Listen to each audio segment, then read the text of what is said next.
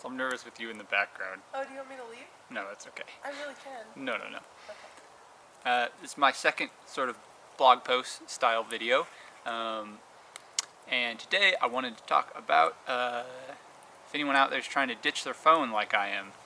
Because I started Go Wild to get people outside, to get myself outside.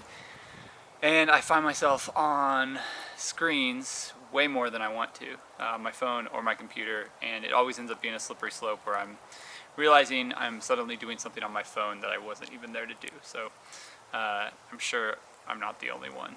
But yeah, I've been thinking about ways to ditch my phone. Seems like in small business, folks are always telling me to do more digital marketing, social media, whatever it is.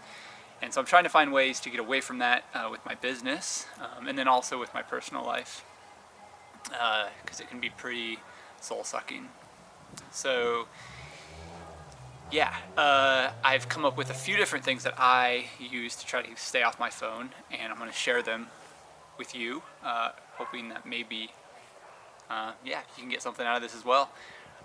Pretty obvious things. The first one that I have been telling myself is trying to use my phone for phone things, so like text, calls, music, because all that other stuff we do on our phone, I just ask myself, is it necessary, or can I be doing it on a computer? Because sometimes just the added barrier of having to open up my laptop stops me from doing something. So like I've stopped doing any Instagram on my phone essentially. I just like do it on my computer if I need to do something, or like browsing, because that's always leads from one thing to the next, and then I'm just looking at my phone.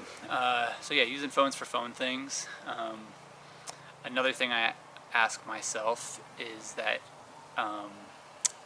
is what I'm doing on my phone more important than what's around me? And oftentimes the answer is no, because what's around me is maybe my girlfriend or my family, or maybe there's some project outdoors or a creative project, and rarely is what I'm actually doing on my phone more important, especially than the people around me. Or sometimes the alternative to being on our phone is just to do nothing, which I think we never give ourselves time to do that anymore. So I've been trying to embrace the nothingness too. A third thing is I ask myself, can I be doing it on paper? As much as I want to avoid using paper, using too many trees, it's really helpful to me to go outside and write something down. Like this little blog post I wrote outside, now that the weather's nicer. If I can do it on paper, brainstorming ideas, writing, storyboards for videos, whatever it is, I'll do that on paper. The last one, and a little shameless self-promotion, is getting outside, because that's a really easy thing to do, which you don't need your phone for. And we can, I think, trick ourselves into thinking we might need our phone for that, whether it's to count our steps or take photos or whatever. But remembering that just a little while ago, we didn't have phones for those things. So bury it in a bag if you want it for safety reasons, or don't even take it, pretend you're 20 years ago where people didn't have their phones on backpacking trips, or go somewhere that doesn't have cell phone service. So at Go Wild right now, we have a bunch of different trips up where you don't have cell phone service on any of them. And it becomes a reason that a lot of people book our trips, because they don't want to have that, even that access to their phones.